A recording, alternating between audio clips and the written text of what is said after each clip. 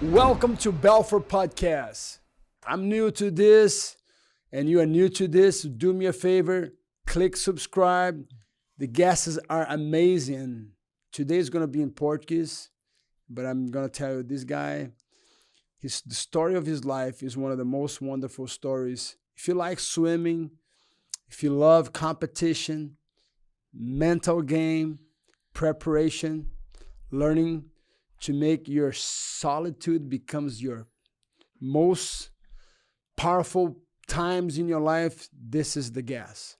Então eu quero trazer aqui o convidado de hoje, é em português, você que está sempre reclamando que o podcast é em inglês, o podcast hoje é totalmente em português e com Joel J. Joel, que alegria ter você aqui, irmão. Pô, eu tô muito feliz, cara, muito feliz, realizado, honrado e quero contribuir o máximo que eu puder aí com a turma.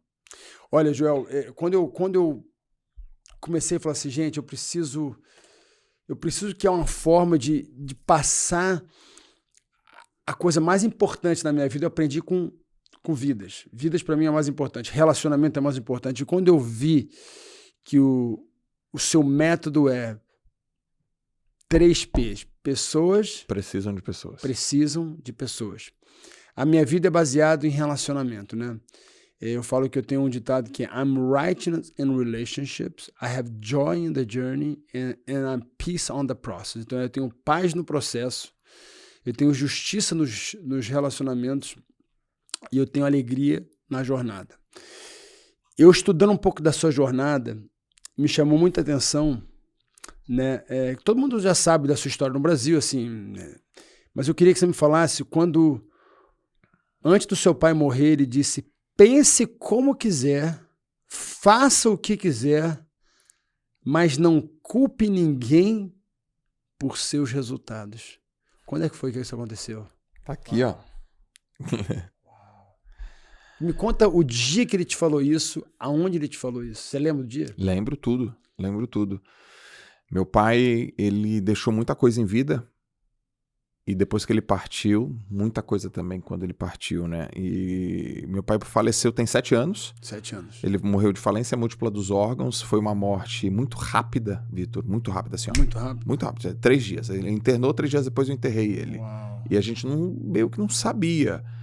Na época a gente não sabia, mas olhando em retrospecto, ele já vinha numa conduta de saúde bastante negligente nos últimos 40 anos. Fumou, bebeu, hipertenso, sedentário, diabético e assim por diante. Então meu pai, ele escolheu fazer uma coisa por cada filho. Pro meu irmão que tá aqui, ele falou uma coisa. Pra minha irmã, ele falou uma outra coisa. Sério? E pra mim, ele falou uma outra coisa. O que ele falou pro seu irmão? O que ele falou pra você antes? A última coisa que ele falou pra você? Que a minha vida só teria sentido depois que eu fosse pai. Que eu ia descobrir um novo sentido na minha vida quando eu fosse pai. Que eu ainda não era pai. Então, pra quem não ouviu aí, que a sua vida só vai ter sentido depois que você for pai. Só tem sentido. Uau. Ele foi esse meu irmão. Uau. Louco, né? O velho. Acho que a turma, quando tá. Essas pessoas, quando estão prestes a morrer, elas percebem mesmo e elas. Uau. Pra mim. Uau, me deu arrepio. E é a maior verdade, cara. A gente só tem sentido quando a gente é pai. Hoje eu vejo assim, a vida fica sem sentido, né? Não dá nem pra imaginar, gente. E pra sua irmã, você lembra que ele falou pra sua irmã? Ele falou alguma coisa pra minha irmã. Foi alguma mensagem também muito bonita. Eu não lembro exatamente. Uau. Eu até vou perguntar pra ela, mas eu lembro que ele morreu nos braços da minha irmã, tá? Minha irmã segurou ele no colo, assim. Morreu nos braços da minha irmã. E ele falando? E ele falou alguma coisa antes. Pra mim, ele falou. Faltava umas 6 horas antes dele morrer. 6 horas depois ele morreu. E ele não falou, pense como filho, quiser, tô morrendo, filho, chama sua mãe. Ele falou, ele tava deitado na maca, assim, levantou a mão, apertou minha mão, falou, pense como quiser, faça o que quiser, mas não culpe ninguém por seus resultados. Uau. Eu não sabia que essa é a última coisa que ele ia me falar, mas foi. E aí eu tatuei isso no meu braço. Aliás, muitas pessoas, Vitão, no mundo todo tatuam. E ele falou uma coisa também interessante, você não está apenas batendo recorde, você está quebrando barreiras. E esse ele falou no sentido porque não existia, eu estava estudando, não existia o negro na natação, né? Era muito difícil. Difícil. E eu vendo que você foi estudar, você fez começou a estudar o porquê disso, né? Foi, meu TCC na faculdade foi sobre isso, né? Eu fui fazer educação física. Eu não queria fazer faculdade. Você não queria fazer faculdade? Eu queria ir pra Olimpíada, velho. Esse era o seu método? Eu queria ir pra Olimpíada. Eu nadava pra caramba, eu queria ir pra Olimpíada e eu estudava eu nadava num clube que é uma universidade, então parecido aqui com os Estados Unidos, Unisanta, lá em Santos. E aí eu prestei para 3 faculdades. Eu nunca prestei para educação física. Eu não queria ser educador físico.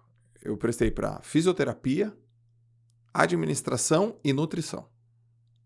Nutrição porque eu adorava ver, né, o valor biológico dos alimentos. Eu olhava tal. Mas aí eu fui treinar. Eu fiquei 3 meses treinando em Baton Rouge. Lá na LSU. E aí, quando eu voltei, eu já tinha bombado. Eu ia ter bombado já em nutrição por falta e fisioterapia por falta. Me sobrou administração de empresas, que era na faculdade. E meu pai tinha uma empresa de que era mesmo? De cesta básica, né? E eu falei, talvez, acho que no futuro eu vou querer tomar conta disso. Fui fazer administração de empresas. Você tinha quantos anos na época? Tinha 17. Você vê como é que... Eu sempre falo isso. A educação e o esporte no Brasil, eles não andam junto. Os caras te puniram porque você foi atrás do seu sonho. Você tinha bomba. Olha que loucura. Eu lembro que quando eu fui me Eles matricular... te puniram porque você foi estudar... Fiquei 3 meses fora. Eu lembro que quando eu fui me matricular em nutrição, a moça falou, putz, você já vai bombar de falta e tal, né? Aí eu fui pra aula, a primeira aula de administração foi matemática financeira, odiei. Odiei, cara. Eu falei, caraca, isso aqui não é pra mim, isso aqui não é pra mim. E aí eu encontrei uma amiga minha, Simone, e ela falou, Joel, eu tô fazendo educação física, tô amando. E na minha cabeça, educação física é facinho, né? Eu queria ir pra Olimpíada. Você já sabia, você vivia performance. Eu falei, vou fazer isso, tal. Aí migrei pra educação física, não era fácil, era difícil, era complexo, era robusto, me apaixonei, cara. Me apaixonei pela educação física. 3º ano da faculdade, o professor entra e fala, gente, ano que vem, TCC, tem que fazer TCC e tal. E eu, caraca, TCC, vou estudar o quê? Vou estudar o quê? Vou estudar o quê? Vou estudar o quê? E eu ia estudar um conceito... Era legal ter o conceito de palmateio, a importância da sensibilidade para um cara nadador e tal. Beleza, fiquei com aquilo na cabeça. Fui nadar um campeonato. 50 metros, um campeonato paulista, 50 metros nado borboleta. Eu era júnior, fui lá, nadei, pá, Você tinha 17 anos. Eu tinha já 19. 19. Bati o recorde. Eu, júnior, bati o recorde absoluto. Então eu fui melhor júnior e melhor sênior. Fui melhor de todas as categorias sendo júnior. Uau. E um tempasso eu fiz assim. Bati, meu pai olhou pra mim, ele batia assim no braço, Vitor. Meu pai negão, cara. Aí eu encontrei com ele e ele cantou no meu ouvido aqui. Ele me abraçou e cantou um negócio assim. O meu pai era muito sábio, velho. Ele falou assim, você não tá apenas batendo recorde. Uau. Você tá quebrando barreira porque dizem que negro não nada. Aí Pegou. Peguei e falei, puta, eu vou falar sobre isso. Vou escrever sobre isso. Na hora você já sabia? Na hora. Você sempre teve muito insight, né? Você sempre tem essa visão, né? Eu pego... Dá pra ver que você tem esse... Tenho. Você consegue... Eu tenho um pouco disso. Tipo, como eu te falei, eu consigo já te ver lutando com esse cara. Eu já consigo ver a arena lotada. Eu consigo ver a causa. Eu consigo ver o lugar. Eu consigo ver a gente fazendo um curso...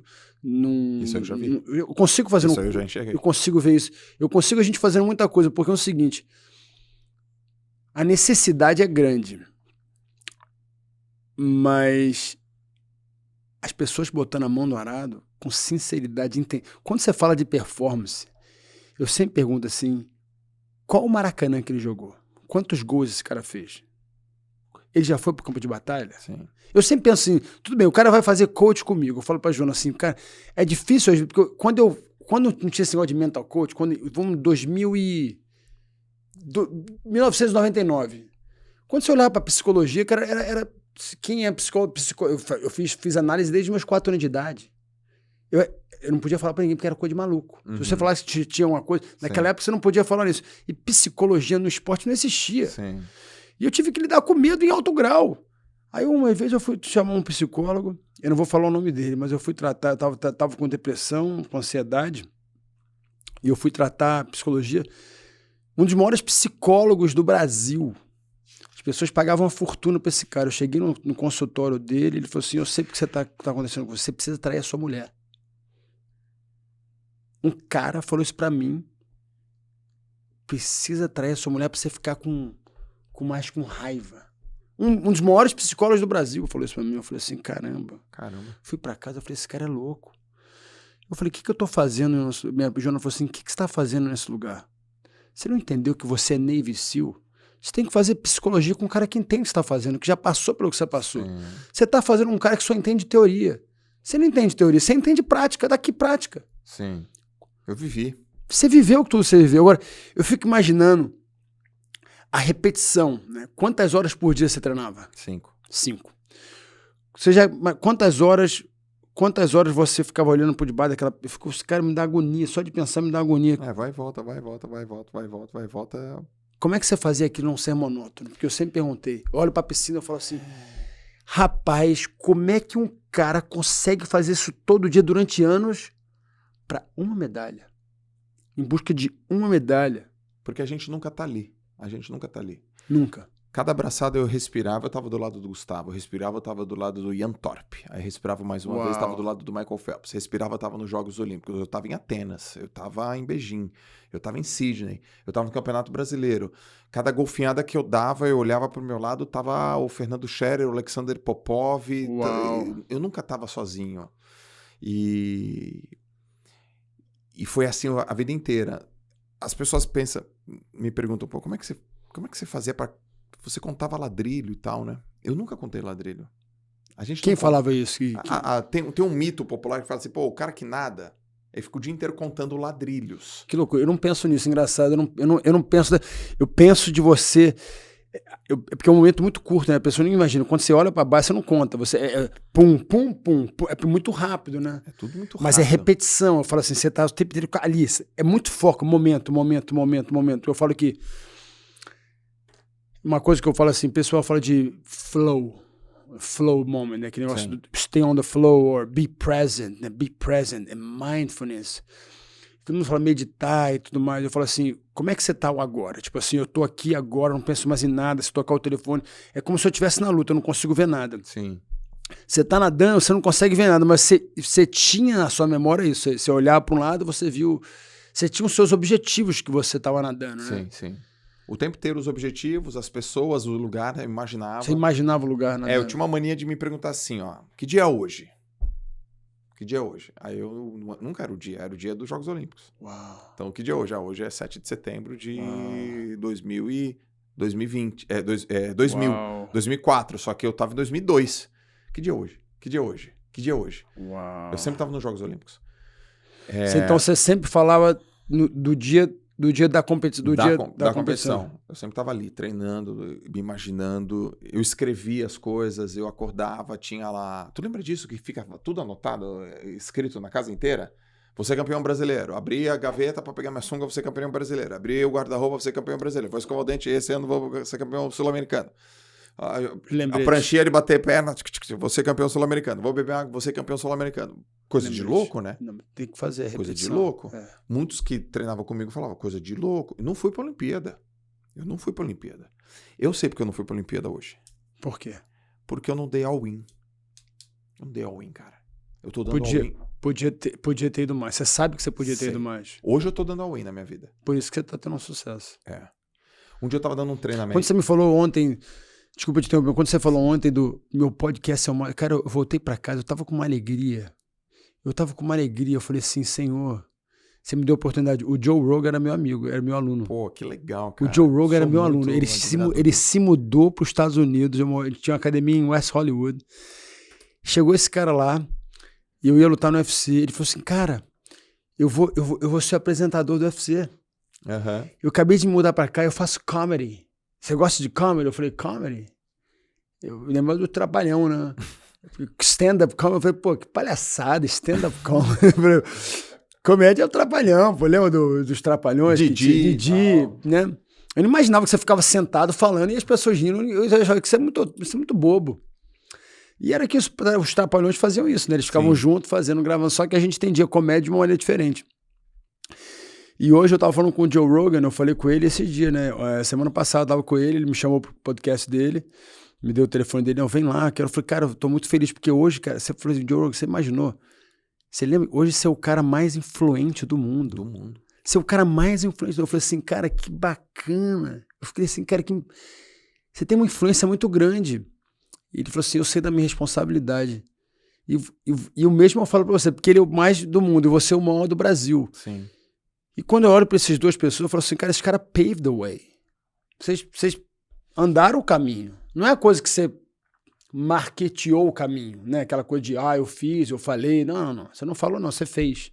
Quando eu criei meu podcast, eu jamais pensei que eu ia ser o maior do podcast mais ouvido Uau. do meu segmento no país. Não, eu fiz porque eu fiz. Eu criei o podcast porque eu quis aprender. Quero aprender, cara. Quero aprender. Então, a gente acabou de gravar contigo. Eu aprendi pra caramba e tal. E, lógico, tem a ver com o meu trabalho. Obviamente, tem a ver com distribuição de conteúdo. Tem a ver com uma plataforma que o Brasil e o mundo está acostumado, conectada. Mas, voltando àquela ideia do all-in, quando eu nunca cheguei pro meu pai e falei assim pra ele, pai, tô com 20 anos, não tô com grana para investir na minha carreira o que eu preciso. Eu quero te pedir uma coisa. Investe em mim 2 anos. Me joga nos Estados Unidos. Eu prometo pra você, eu não vou colocar uma gota de álcool, eu não vou sair um dia. Eu vou treinar todos os dias, eu não vou desvincular nada da família, eu não vou desviar, pai. Me dá Qual foi o ano? Anos. Se eu falasse isso pra ele quando eu tinha uns 20 anos. Isso você tinha 2000 e quanto? 2020 anos é 2021. 2001.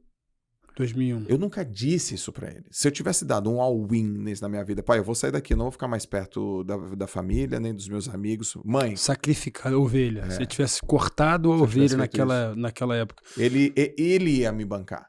Eu ia falar, mãe, eu vou te ligar chorando. Não me traz de volta. E você acha que isso tem a ver? Eu vejo muito isso tem a ver muito com o brasileiro de cortar. Eu falo de cortar o cordão umbilical.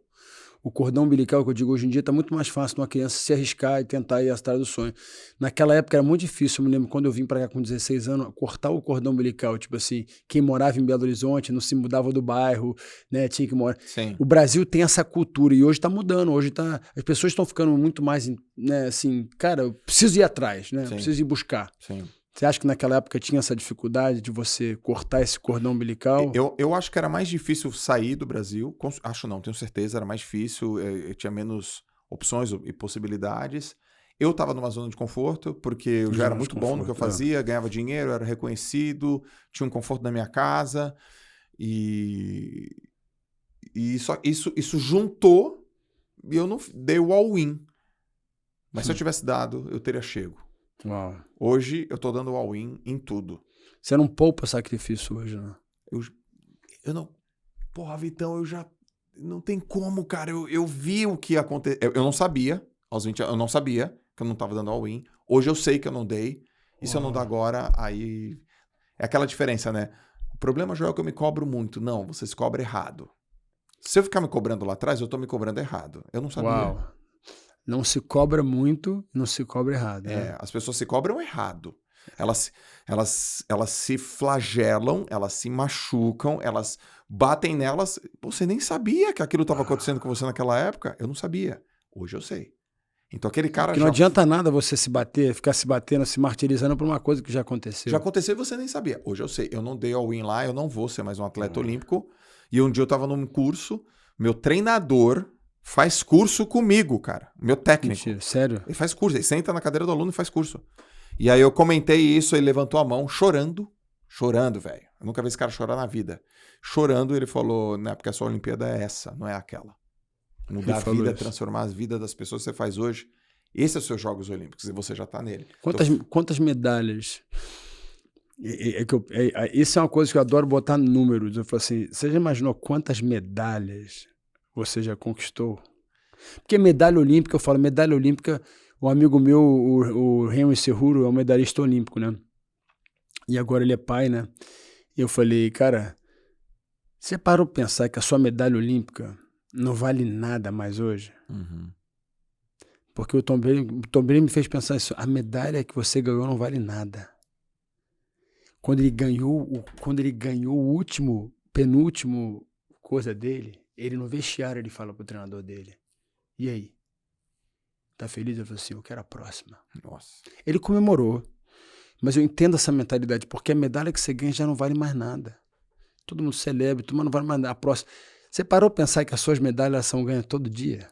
Todo dia. Todo dia. Mas eu já fiz um cálculo, tá? Eu fui treinador também de nadadores, campeão, ganhei muitos títulos como treinador. E então, entre eu, atleta, e eu, treinador, eu devo ter ganhado umas 800.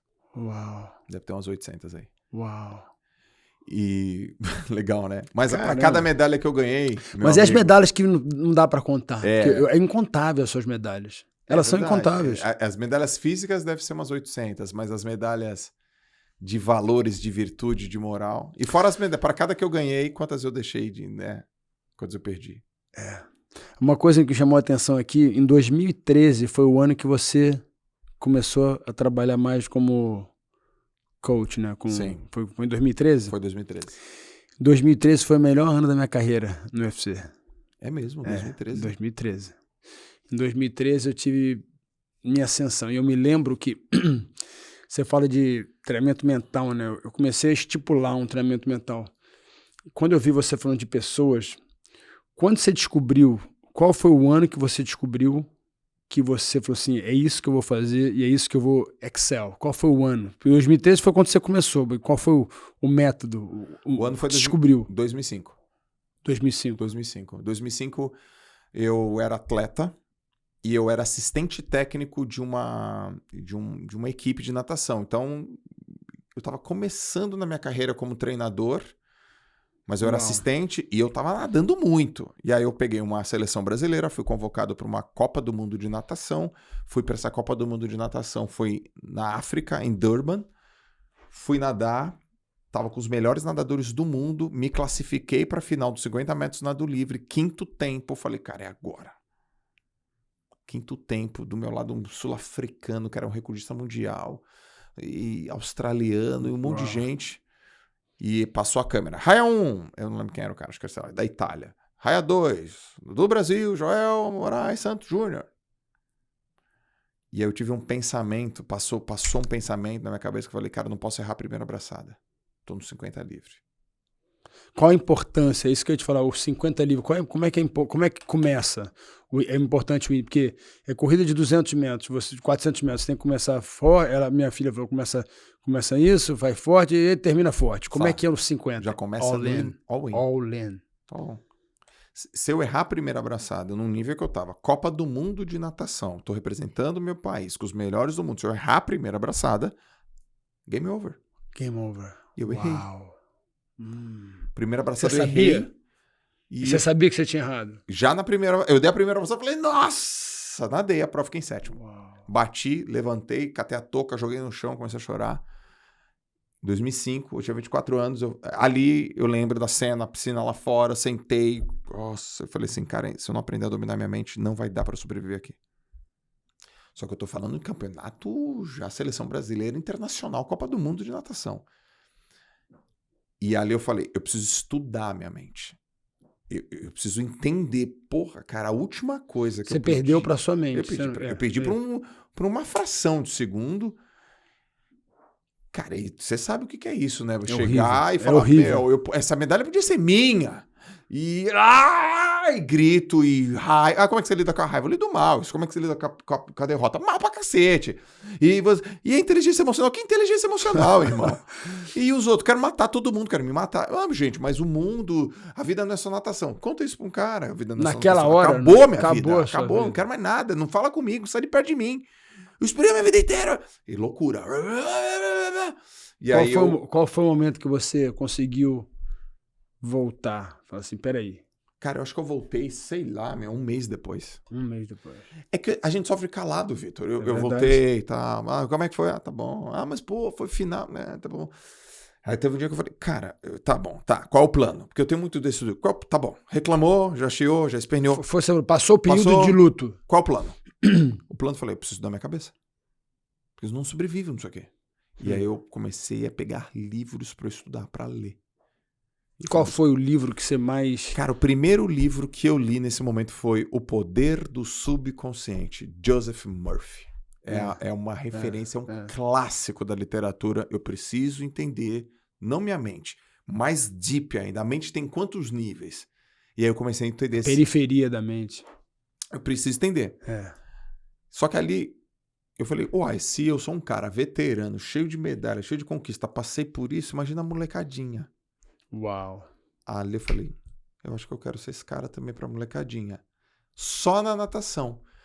E aí eu escrevia, em 2005, 2006, eu escrevi umas cartas pra molecada. E olha que louco, um dia eu tô fazendo uma live na minha casa, e aí eu lembro de um livro, olha, teve um livro que mudou minha vida, de um indiano chamado Concentração, e o livro sempre, é um livro todo amassado, e eu peguei o livro pra mostrar numa live, abri o livro, caiu uma carta, pá!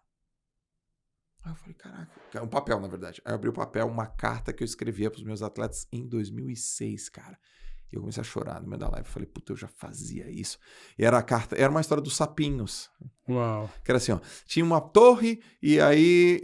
os moleques tinham 12 anos, eu falava, gente, eu escrevi, né? E eram todos 12 anos tudo novo. molecadinha, mas já tudo casca grossa, tá? Tudo casca. É, tudo campeão brasileiro, Uau. paulista, os molequinhos 12, 13 anos, casca grossa. E aí eu contei a história dos sapinhos, eu escrevia, eu falei, pô, tem que falar com molecadinha, não tem que falar simples. Não, tinha uma torre, tinha uma competição de sapinhos, que quem chegar em cima, lá no topo da torre, é o campeão. Aí os sapinhos foram subir e não caiu. Aí outros sapinhos aí caíram. Aí os sapinhos ficavam aqui embaixo. Cuidado, é muito alto. Cuidado, você pode cair. Aí, pum, caiu um sapinho. Cuidado, aqui é escorregadio, gente, tomem cuidado. E os sapinhos foram caindo até que um sapinho, pum, subiu. Campeão. Aí quando o sapinho desceu, descobriu que o sapinho que ganhou era surdo.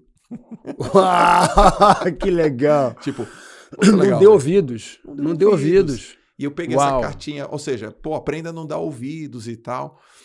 Então, naquele momento, eu falei, eu vou ser um treinador de natação especialista em mente. Porque na minha cabeça era o seguinte, olha minhas contas, tem 3 treinadores. Tem 3 treinadores que sabem 3 competências: fisiologia, treinamento desportivo e psicologia.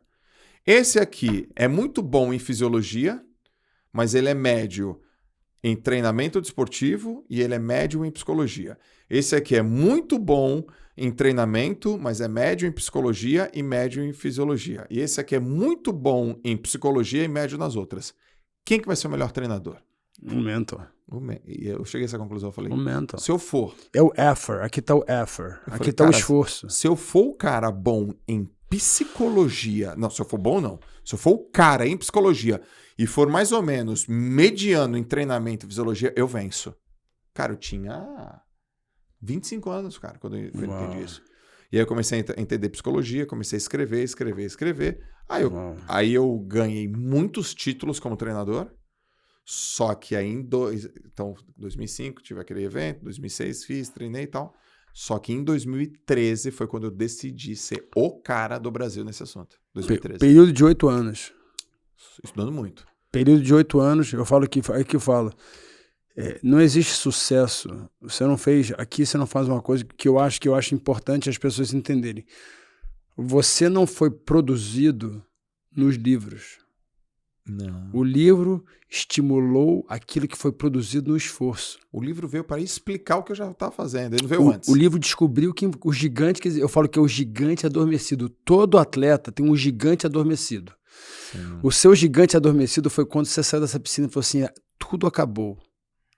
Ele estava começando uma jornada. Eu adoro voltar ao tempo, porque eu falo o seguinte... Porque explica, né? Eu falo que a maioria das pessoas vivem somente uma jornada na vida. Elas não vivem a segunda jornada e não vão para a terceira e algumas vão para a quarta. Eu acho que essa jornada da vida, a primeira jornada, você trabalha para o seu sustento, né? Primeira jornada, você trabalha para o seu sustento. Depois você trabalha para o sustento, agora você trabalha para sustentar o seu chamado. A terceira jornada, você trabalha para sustentar o chamado dos outros. Uou. E a quarta chamada é quando você faz uma vida filantrópica. Você só doa. Você só quer que os outros cresçam. E E eu falo que eu acho que você está indo para a sua terceira jornada, né? A sua terceira jornada. E eu falo que a jornada mais difícil é a segunda jornada. Sim. Porque o seu sustento, acho que todo mundo trabalha, a gente vê no Brasil, cara, um povo trabalhador, não tem igual. Não tem. Mas eles não conseguem sair disso. Quando você passou por isso, quando você descobriu como é que você conseguiu colocar tudo em forma prática, assim, beleza, eu vou fazer agora, como é que eu faço isso virar uma metodologia? Como é que foi? Bom, em 2013, eu lembro que eu estava estudando algumas coisas e tal, e eu lembro que eu chegar para as pessoas, eu tô precisando estudar coisas mais profundas. Não coisas, estão muito rasos os meus estudos. Eu lembro até hoje, eu ganhei um livro do Freud, assim. Eu lembro até hoje. E aí depois eu comecei a estudar tanta coisa profunda, eu falei, preciso ser prático agora. Porque tá muito... Antes muito deep. Eu tava num estudo raso, depois eu vim para um estudo muito profundo, tipo estudar Freud. Eu era educador físico. Só que eu falo, cara, como que eu transformo isso em prática? E foi aí que eu conheci o coaching. E eu fui fazer uma certificação em coaching no Brasil. E quando eu fiz a certificação em coaching, a metodologia organizou minha cabeça. Porque minha cabeça era uma zona. Minha cabeça era caótica. Muito pensamento, muita ideia. Nossa, igualzinho a minha. Não é? Ideia toda hora, não terminava umas ideias. Todo banho, uma ideia. Uma ducha, uma ideia. Saia da ideia, o meu irmão infernizei. Eu passava por ele, dava uns tapão na cabeça dele. Pá, tive uma ideia. Ele, caraca, mano. Ideia atrás de ideia. Quando eu vim no coaching, eu consegui ver a metodologia de organizar as ideias. Aí eu falei, caracas, entendi. E lá em 2013, na certificação, eu falei, eu vou ser o mental coach número 1 para nadadores. Uau. Nunca foi o mental coach da internet. Não, cara, eu vou pegar os nadadores e vou ser esse cara. Uau. Do Brasil. Porque eu não fui pra Olimpíada como atleta, vou pra Olimpíada como treinador de atletas. Essa foi a minha cabeça. E ali eu resolvi. E eu acho que dali você conseguiu, eu falo que você teve um objetivo, dos objetivos juntou outro objetivo. Eu falo que a multiplicação acontece quando você tem o peixe e o pão, né? Proteína e carboidrato. Uhum. Você começou a multiplicar. Hoje, falo assim, duas coisas importantes que eu gostaria de saber, que é importante. Se você pudesse resumir, né, com a sua filosofia de vida. Assim, minha filosofia de vida, 1, 2, 3. Meu objetivo de vida, 1, 2, 3. Filosofia, objetivo, sabendo que você tem um tempo limitado aqui na Terra. Assim, estipula um tempo. Eu falo, a maneira que eu vivo é como se o amanhã não existisse. Eu tento viver o hoje como se o hoje fosse a única coisa que eu tenho. Tá. Isso é uma forma... Qual seria a sua forma de... Esses dois elementos juntos, e o que você imagina assim, quando você não está mais aqui? Né? Essas duas coisas, e quando você não está mais aqui, o que você gostaria de ver? Tá bom. Minha filosofia de vida é saúde, família, trabalho, não inverta a ordem. Essa é uma filosofia de vida. Minha filosofia de trabalho é que o sucesso é treinável. Essa é a minha filosofia de trabalho. Sucesso é treino. A filosofia da minha empresa, eu chamo da jornada 3Ps. 3Ps é pessoas precisam de pessoas, que foi uma coisa que meu pai que me disse. E ela tem uma jornada que começa... Ela tem 5 etapas, que é assim. Primeiro é inspirar. Eu vi. Depois é motivar. Depois é transpirar. Depois é transformar. E depois é retornar. E fazer isso tudo de novo. Inspira, motiva, motiva, transpira. Transforma, retorna. Nesse retorno, ele tem um objetivo. Você retorna melhor para ajudar mais pessoas a se inspirarem, para ficarem motivadas, para transpirarem, para serem transformadas e retorna. E aí fica um espiral ascendente, né? Então, é como se fosse uma aliança, né? E fica assim, ó. Volta. O tempo todo eu tô me colocando em situação para me inspirar. Pô, mas eu já inspiro as pessoas. Então, eu preciso ser inspirado para ajudar outras pessoas. Então, o tempo inteiro eu fico me colocando nessa situação. Quais são os seus métodos de inspiração? Onde você encontra inspiração? Leitura, prática, relacionamentos? Como é que você faz? Tá. Eu sou um cara que leio 3 vezes por dia. Então, eu gosto de ler. Eu gosto de ler. E eu sei ler. Qual a diferença entre gostar e saber? Gostar, eu tenho prazer na leitura. Eu fico tranquilamente horas sem lendo. Eu ficaria quanto tempo lendo? Sei lá, 20 horas direto. Lendo facilmente. Segunda coisa, eu sei ler. Eu sei o assunto que eu preciso. Eu sei onde que ele tá. Eu sei o que não funciona e o que funciona para mim. Eu sei anotar. Eu sei escrever. Eu sei estudar. Eu aprendi a estudar. Eu sei fazer isso. Eu sei aplicar o que eu estudo. Então, por exemplo, eu tenho uma metodologia que é 24, 48, 72. Se a tarefa que eu li é pouco complexa, eu tenho que aplicar até 24. Se ela é média, até 48. Se ela é complexa, até 72 horas. Eu tenho que aplicar em até 72 horas o que eu acabei de ler, porque senão não tem sentido. Eu não leio para minha cabeça ficar cheia, eu leio para minha cabeça ficar vazia. Uau. Eu leio para botar para fora. Uau, Eu não leio leio para a cabeça ficar vazia. Então tem gente que lê para encher a cabeça, eu leio para esvaziar a minha cabeça. Outra coisa que me ajuda, meu podcast é simplesmente terapêutico e é uma mentoria gratuita. Total. Eu entendo o seu cérebro, eu entendo o seu modelo mental. Qual é o modelo mental do cara? O cara fala, pô, é beber, comer e pensar. Anotei. E o 3? Entendi. O modelo mental do cara com relação a Vitória. Eu te fiz pergunta sobre Vitória. Sabe por que eu te fiz pergunta com relação a Vitória? Porque eu tô vencendo também na vida. E eu também recebo tapinha nas costas. Total, todo dia. Eu falo, cara, como é que eu tenho que ficar ligado nisso? E qual que é a derrota? O maior perigo, você sabia, né? O maior perigo cara, da vida é o aplauso. Porque o objetivo do elogio é te paralisar. O ego, lembra, o ego, ele é inflável o tempo inteiro. Nós somos egocentristas por natureza. E o ego é a sua personalidade. Exato. Quando você começa a falar, cara, como você é bom. Meu filho um dia falou assim, papai, você não me elogia. Eu falei, você não tá percebendo não que eu não te elogio? Eu te elogio. Não, você não fala que eu tô bom. Eu falo assim, mas quem disse que é bom? Ele, ué, você não acha bom? Eu falei assim, ninguém é bom. Por quê? A nossa natureza é ruim. A nossa natureza é você querer ficar comendo besteira, vendo filme. Você não quer treinar, né? Você aprendeu a gostar do esforço. Eu falei assim, meu filho, deixa eu explicar. O ego, para mim, foi o que eu expliquei. O ego para mim é esforço, garra e obediência. O ego da humanidade é o quê? É o egoísmo, é a ganância.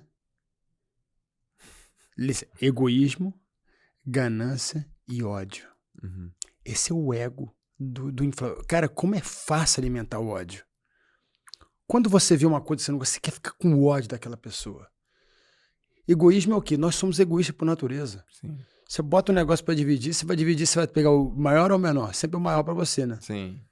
Minha filha é da natureza. Ou não, ou você é ao contrário. Você não, eu pego o pequeno. Ou você é o que é o seu dominante, ou você, beleza, eu sou o pequeno. Cara, eu falo que o tapinha nas costas é a coisa mais perigosa. Sim. Qual foi a sua maior traição? Assim, uma pessoa fala assim, aquela pessoa não esperava ser traído por aquela pessoa. Você lembra? Cara, a maior traição. Uma traição que te deixou assim, caramba, cara, isso é mini. Sim. Te deixou nocauteado. Ingratidão. Todas as vezes que eu passei por situações de ingratidão, eu me senti absolutamente traído. Uau, a ingratidão. Ingratidão. E ó, essa é dura. Não vou falar que é assim com todas as pessoas, que eu não quero ser leviano. Foi assim comigo, é assim comigo. Deve estar sendo, ou deve ser assim com muitas pessoas, mas a ingratidão que mais dói é da pessoa que está mais perto. É da pessoa que está mais próximo. E aí você faz pela pessoa.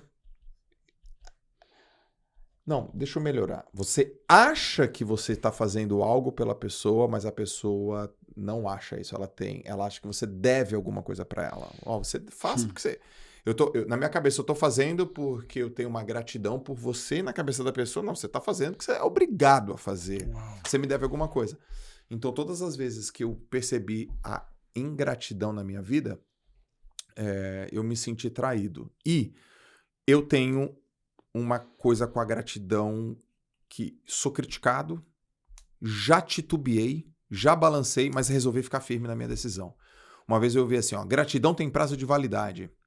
E eu discordei. Não, gratidão pra mim é eterna. Se você fez algo por mim na minha vida e esse algo mudou a minha vida, eu serei grato por você até eu morrer. O cara mudou minha vida, ele me fez alguma coisa, ele estendeu a mão no momento importante, ele permitiu alguma coisa na minha vida, eu vou ser grato, eu vou ser grato, vou ser grato, eu vou ser grato. Eu tenho pessoas que eu sou grato e serei grato pro resto da minha vida. E uma vez eu estava conversando com um amigo e ele falou, uma vez eu ouvi uma coisa que me ajudou muito, tal, gratidão tem prazo de validade. Por que eu tô te falando isso?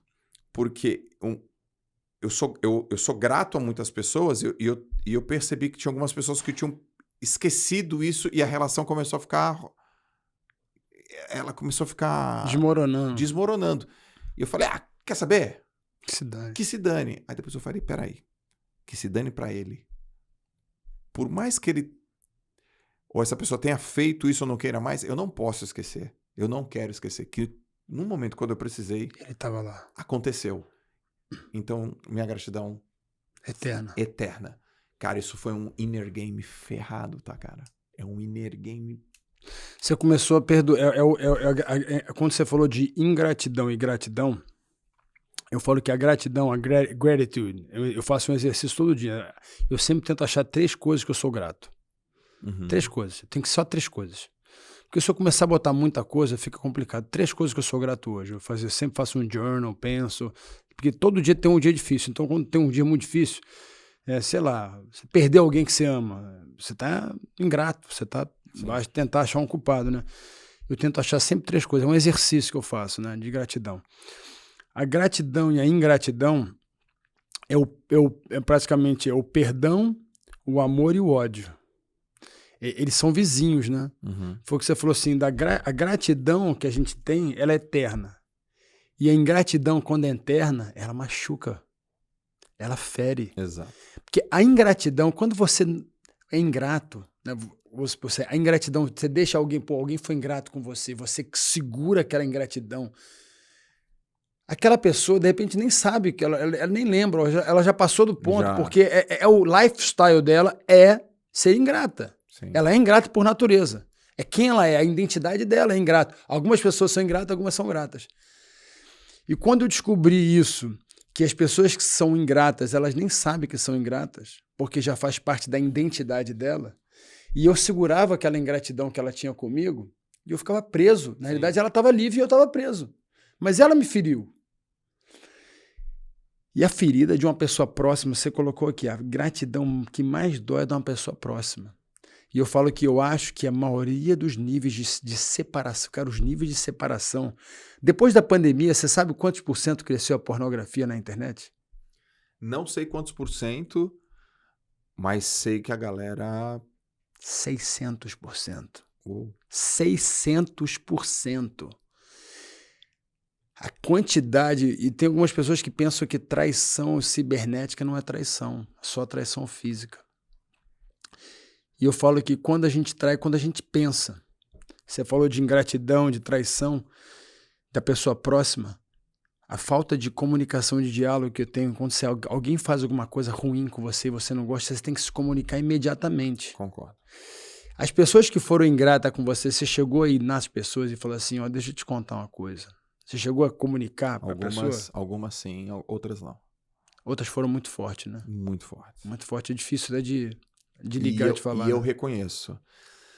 Mas, Joel, poxa vida, você é um cara que forma opinião e você sabe que isso é importante, sei. Só que agora eu vou dar uma respirada e pro futuro eu vou fazer isso. Eu mesmo também me dou... Uau. Eu também me dou a condição de respeitar o seu tempo. De respeitar o tempo. Tem que respeitar. Eu não sou um Superman. Ninguém eu não sou um super-herói. Não sou. Não quero que as pessoas me pintem desse jeito. Aliás, eu nem me promovo desse jeito. Ser humano. Eu sou um ser humano. Então, acontece uma ingratidão, não gosto, sofro, respiro, falo, vou resolver, mas... Respeito o período. Deixa eu respeitar, deixa eu me compreender. O Ray Dalio, ele tem uma frase, ele tem um pensamento, que é assim, ó. Dor mais reflexão é igual a progresso. Então, em alguns momentos da ingratidão, eu tô refletindo ainda sobre ela. Eu vou Dor progredir. mais reflexão é igual progresso. Você sabe a história do filho dele, né? Do Ray Dalio? É. Não. O filho dele, eu acho que foi o filho dele, perdeu o filho dele, né? Acho que suicidou, teve depressão, Não sei. A história do Ray Dalio eu acho interessante, né? É um cara que me chama a atenção. Mas o que me chama mais atenção, que me deixa assim, extasiado, os heróis, pra mim, eles nunca morreram de overdose. Nunca. Nunca. Infelizmente, ele falhou. Os heróis, eles morreram por traição. Todos os heróis foram traídos. E acho que... Isso é bom, hein? porque o herói não morre de droga. De maneira alguma. Como disse Cazuza. Ele errou. O Cazuza errou. O herói, ele morre por traição. E a pior traição que tem é da pessoa próxima. E eu falo para os meus filhos, quem vai te trair não vai ser seu inimigo. Seu inimigo é a coisa mais honesta do mundo. Ele te disse que não gosta de você, né?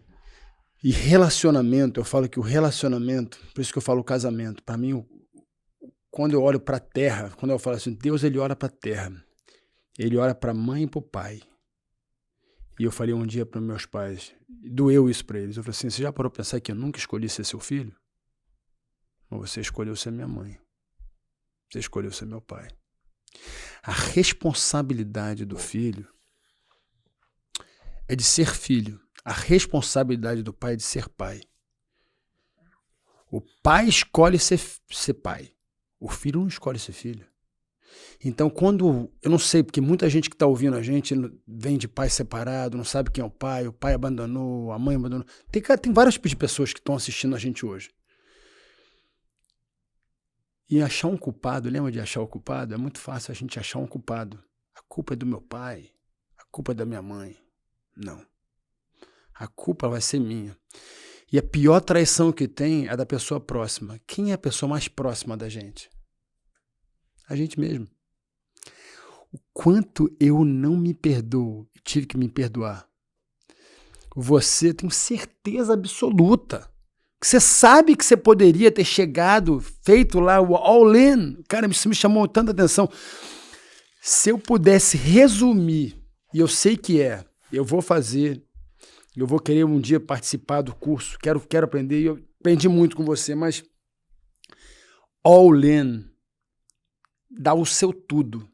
É o único que você tem. É isso aí. O dar o seu tudo, eu acho que a gente não dá o nosso tudo todo dia. E eu acho que hoje, da maneira que você vive, a maneira que você olha pra mim, a maneira que você fala comigo, quando você me dá atenção, quando você comunica alguma coisa, as coisas que você ficou anotando quando a gente fez o seu podcast, eu sei que a sua mente já tá aqui, mas eu sei que você já chega em casa, você vai colocar isso em prática. Eu vou reescrever. Vai reescrever. E assim, hoje eu falo, eu consigo ver, eu falo que a solução do mundo está nas pessoas. E o problema do mundo está nas pessoas. Pessoas como você mudaram, fazem do mundo melhor. E não foi o que eu te falei, não só pelo... Esquece, é a sua vida, o seu sweat, o seu sangue que você deu, né? Eu vejo os anos, eu botei aqui os anos, são 8 anos de preparatório, que a pessoa olha e fala assim, pô, de onde surgiu esse cara? Né? De onde surgiu? Pô, o cara virou bem assim, pô, como é que o seu filho tá bom? Eu falo, rapaz, desde 5 anos de idade esse moleque treina. Essa pergunta a turma faz muito pro meu irmão. A gente estava vindo pra cá e ele falou, vira e mexe a turma pergunta, né? Como é que é a pergunta? O que aconteceu com o Joel, assim, que foi tão rápida essa ascensão dele, né? Tipo, Rápida? 2018 que ele sai pra 2019, eu explico. Eu falo, poxa...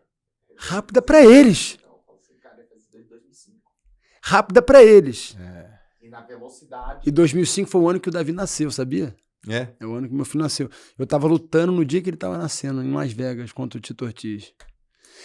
Cara, eu olho pra isso, Jota, eu falo assim, gente, eu fico muito feliz de estar aqui com você no meu podcast, de ter feito o seu podcast, mas a minha maior felicidade é saber o seguinte, o que você vende não é nem o que você vende, o que você oferece. Eu falo que a vida é feita de oportunidade e acesso. A oportunidade e acesso que você dá para as pessoas é algo real, não é virtual. E a maioria do coaching que eu vejo hoje, ele é virtual. A pessoa faz algo, foi o que eu falei, a pessoa faz algo que ela estudou. Você, primeiro, você praticou, depois você estudou. Para buscar explicação do que aconteceu lá. Você entendeu? Para Para mim é muito forte, porque isso é o. Eu não falo nem de coach, eu falo de performance. Porque coach hoje, qualquer um é coach. Faz 2 semanas de. Sim. O cara faz, né? O cara fala assim: eu sou. Muitos caras, pô, sou personal coach. Se você precisar de um coach, você me liga. Eu olho pro cara, eu falo: peraí, de onde você vem? Não, eu faço coach. Na minha cabeça eu falo assim: meu Deus, o cara tá vendendo um coach. Não me explicou, não me contou a história dele, né? E quando eu olho para a história do Jota, eu olho para a história, eu consigo imaginar já o seu pai, o seu irmão, eu fico imaginando a sua casa quando você estava no escuro. Sabe o que é o escuro? A escuridão. Eu fico mirando essa escuridão, a solidão, você indo você e seu irmão indo Quando ninguém conhecia o Jota. Hoje, todo mundo dá tapinha nas costas. Uau! Da onde surgiu, eu falo, o sucesso? Se você pudesse resumir, para quem está assistindo a gente, resumir, qual o segredo do sucesso? Como é que você resumiria ele? Bom, para mim, sucesso é ser amigo dos meus ídolos, é quando o Vitor Belfort me chama pelo meu nome. Ele sabe meu nome, me abraça, me dá um beijo e respeita a história. Isso é sucesso para mim. E o sucesso, e o segredo do sucesso do Jota foi, inevitavelmente, ter convivido com pessoas melhores do que eu. Eu tenho que reconhecer que se eu tivesse apenas o meu esforço, eu não chegaria. Eu tenho que reconhecer que se eu tivesse apenas a minha vontade, a minha predisposição, meu talento, eu não chegaria. Eu precisei de estar no ambiente certo, com um treinador, com um pai, com uma mãe, com amigos, com um clube que me incentivou, com amigos queridos que ontem eu encontrei, hoje, daqui a pouco eu vou me encontrar com amigos de 20, 30 anos, que eu vou encontrar aqui em Orlando, que querem me ver, só para dar um beijo, só para passar algumas horas comigo. Então, o meu sucesso foi que, de uma maneira específica, única e especial, eu tive a oportunidade de estar com pessoas melhores do que eu, cara. O cara tá errado isso. Um professor falava, tá errado isso. Quando o cara falava, tá errado isso, ele tá muito apostando em mim. João, vem cá, tá fazendo merda. Presta atenção, não gostei do que você fez, tá errado isso aqui. Eu não quero mais que você faça isso, porque isso aqui não tem nada a ver com o que a gente quer. Essa pessoa que fez isso comigo, que foram várias e diversos momentos, isso é amor, cara. Isso é confiança, isso é aposta, isso é abnegação. Senão eu ia estar perdido, cara. Um professor, uma professora na escola, o meu pai que falava, levanta e vai. Não é levanta e vamos. Levanta e vai. Levanta e vai. Você não falou o que quer? Eu levanta e vai. Pô, mas ninguém vai. Meus amigos não vai. Ele fala, teu técnico vai? Ele fala isso pra mim. Teu técnico vai? Meu técnico vai, então também vai. Levanta e vai. Eu via isso. Levanta e vai. Isso é uma camisa legal, hein? Levanta e vai. Eu Não quero fazer essa camisa. Levanta e vai. Levanta. Não é vamos, vai. Não é levanta e vamos. Porque o meu pai, ele tinha que acordar cedo para ir pro trabalho. Uau. E ele falava, eu vou levantar e vou trabalhar. E você vai levantar e você vai treinar. E levanta e vai, não é levanta e vamos. Muito louco, vai. Né? Eu tinha 14. Levanta e vai. Joel, eu sei assim, já tá... Daqui a pouco o Davi vai lá, vamos lá ver. Vamos lá ver ele. Vamos lá ver. Olha, eu quero te agradecer enorme. Eu tô muito feliz. Nossa, você não faz alegria que eu tô aqui. Pô, eu tô amarradão. É o começo de um vínculo eterno aqui, cara. Vínculo eterno. Eu falo o seguinte, tudo que eu um dos meus maiores goals hoje em dia, eu determinei que eu não vou criar relacionamento que eu vou me arrepender. Eu me arrependo de muitos relacionamentos que eu investi meu tempo e eu sei que eu não perdi, foi perda de meu tempo. De repente o cara ganhou, plantou uma semente, eu perdi. O tempo é válido. E esse relacionamento que eu estou fazendo com você, eu falo que é algo que não é para mim, não é para você, é para um todo. Quando eu digo um todo, começando com os meus filhos, começando com a minha esposa, e se eu falo, eu não posso oferecer, eu falo, quando eu dou alguma coisa para alguém, eu falo assim, eu não vou dar nunca uma coisa que não é boa para mim. Eu não dou camisa velha, eu jogo fora. Eu não dou tênis velho, eu jogo fora. Eu dou tênis que eu gosto. Eu dou uma coisa que eu gosto. Se tem valor para mim, tem valor para você. Sim. Então, eu queria que você terminasse aqui deixando uma palavra de motivação, um motivo para as pessoas terem ação de saírem da onde elas se encontram hoje. Tá bom. Todas as vezes que eu converso com as pessoas, eu escrevo frases, eu faço sentenças, isso demonstra um modelo mental que eu tenho, né? Por que as frases elas são tão fortes no Joel J? Porque isso é um jeito de ter um modelo mental. Modelo mental, eu acredito, é o que direciona nossas atitudes. Então tem um modelo mental que eu quero compartilhar com todos vocês, que é o trabalho devolve. Essa é uma frase que está no meu escritório, é uma frase que está na minha vida, é uma frase que faz parte do meu dia a dia. De alguma maneira, você vai ter que trabalhar com um empenho de forma especializada, acreditando, convicção total, zero dúvida, sem flerte com fracasso. Não pode flertar com fracasso, que o seu esforço vai valer a pena.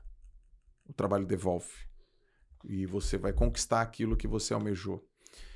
Quando isso acontecer, você vai olhar para trás, você vai se orgulhar do que você fez, você faria tudo de novo e você vai servir de inspiração para muitas pessoas. Então tem hoje alguém que se inspira em você.